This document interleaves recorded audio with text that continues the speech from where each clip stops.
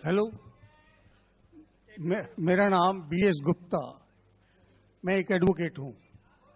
दो कम्युनिटीज जो भारत में रहती हैं जी, दो कम्युनिटीज जो भारत में रहती हैं, मेजोरिटी कम्युनिटी 80% जिसको कहते हैं हिंदूज और 20% मुस्लिम्स, उनके बीच में गलत या सही ये भावना है कि इस्लाम जो फैला था वो तलवार के जोर से फैला था। हिस्टोरिकल फैक्ट है या ये मिथ है कह नहीं सकते, लेकिन क्या ये सच है कि 3000 से 6000 तक हिंदू मंदिरों को गिरा के मस्जिद में बदला गया?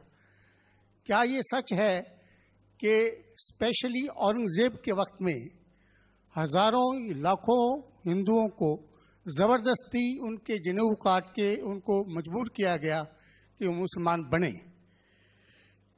नंबर 2, जो कि आज के समय के अनुसार एक सवाल मैं पूछ रहा हूं, हिंदुओं पर हिंदू मैरिज एक्ट लागू है, जिसकी परिभाषा में सिवाय क्रिश्चियंस और मुस्लिम्स को छोड़ के बुद्ध, जैन को, सिखों को, सबको शामिल किया गया है। क्या मुसलमानों का ये कहना नहीं बनता कि आप सबको शामिल करते हैं हिंदू मैरिज एक्ट में, इसका नाम बदल के एक ऐसा एक्ट बनाया जाए जो सब पे लागू हो, या इसके अल्टरनेटिवली एक यूनिफॉर्म सिविल कोड जो दोनों धर्मों के अच्छे टेनेट्स को शामिल करे, उसको लागू किया जाए?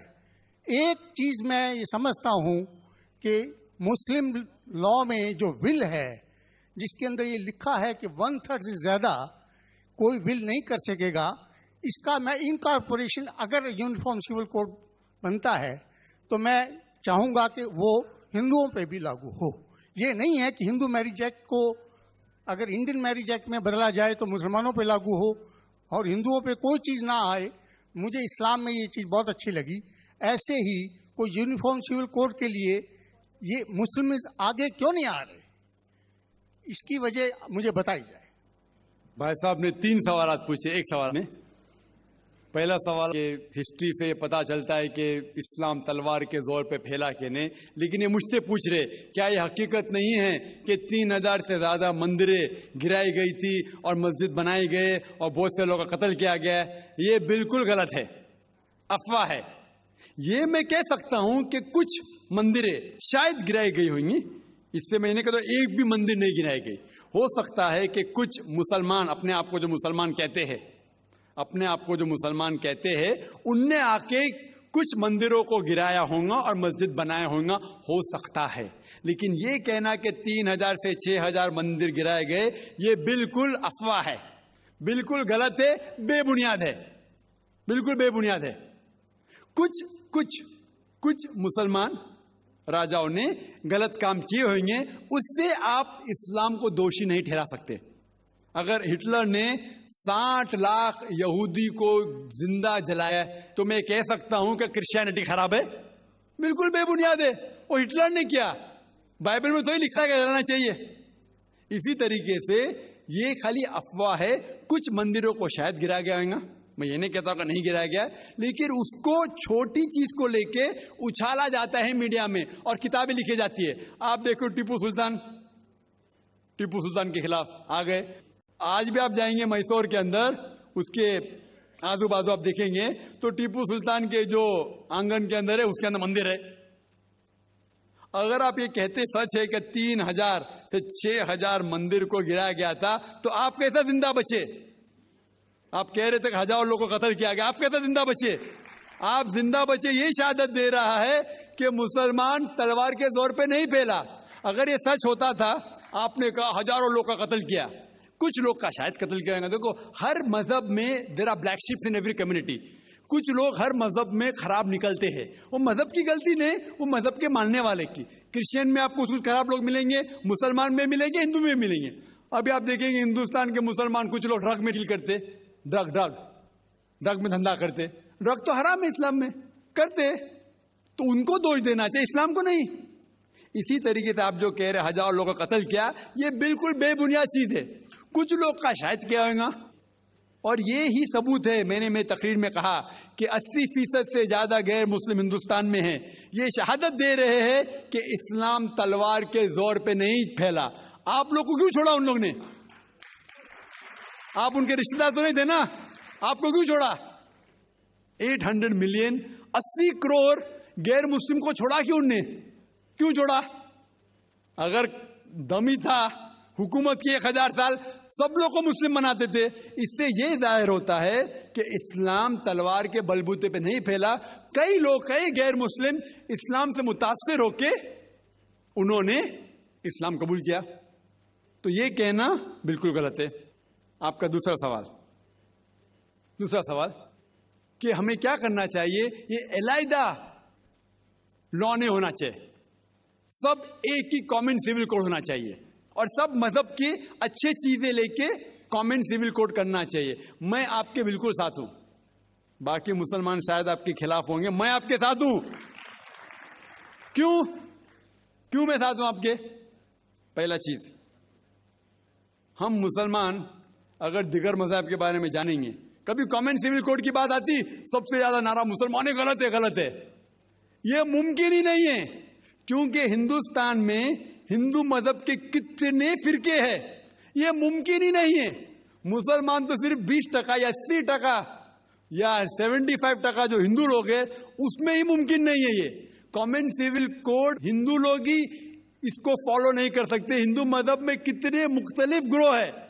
एक कहता है कि बेटी को जाना चाहिए, एक कहता है बेटे को जाना जायदाद, एक कहता है कि जितनी खेती है वो नहीं जा सकती बेटी को, दूसरा ग्रोह कहता है। कितने मुख्तलिफ ग्रोह है, हजारों। यह मुमकिन ही नहीं है पास होना, मुमकिन ही नहीं। मैं कहता हूं यह अफसोस की बात है कि हम मुसलमान जानते ही नहीं, हमको आवाज करने की जरूरत ही नहीं है। ये खाली हमें छेड़ रहे हैं। क्या कर रहे? छेड़ रहे हैं और हम उकसा जाते। Point number 1। पॉइंट नंबर 2, मान लो आप लोग कबूल करते हैं कि कॉमन सिविल कोड होना चाहिए। आपने क्या कहा कि सारे धर्मों की अच्छी बात को लेना चाहिए। बिल्कुल सही।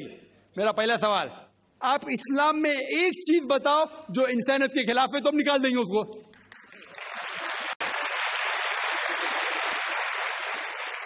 आपका यह कहना बिल्कुल सही है कि बाकी मज़ाहिब की अच्छी चीजें जो है, मिसाल के तौर पे मैंने तकरीर की similarities between Hinduism and Islam, तो जो अच्छी चीजें हिंदुइज्म की मैं ले चुका हूं।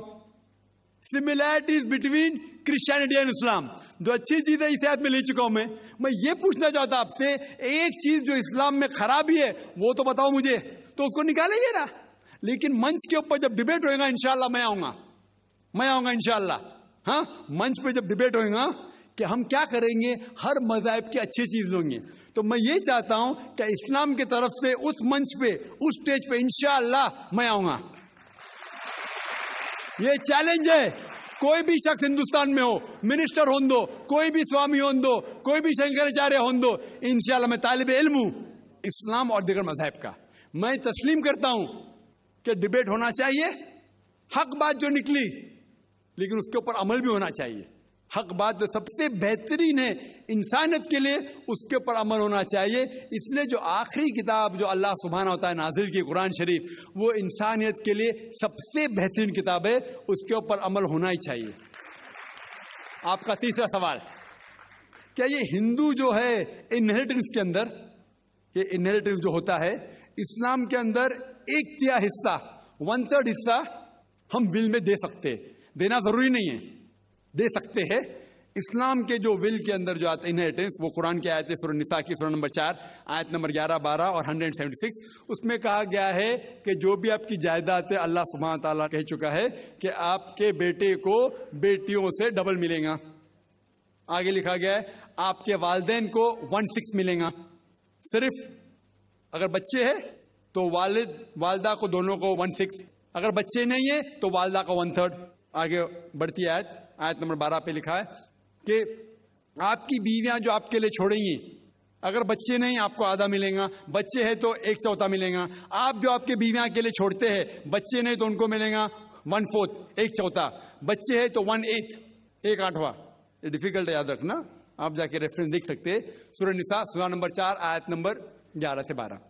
और इसके बाद अगर आप किसको विल करना चाहते हैं अपनी जायदाद, मैक्सिमम 1/3। लेकिन ये विल जो करेंगे आप, ये इन लोगों में से नहीं होना चाहिए।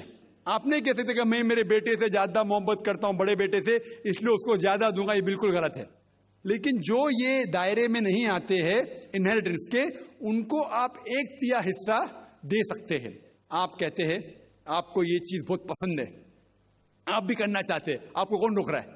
इंडियन गवर्नमेंट के हिसाब से आप अगर विल करेंगे, क्या मैं मेरा 1/3 हिस्सा देना चाहता हूं, कोई भी रोक नहीं सकता हूं, मैं भी नहीं ना मिनिस्टर भी नहीं।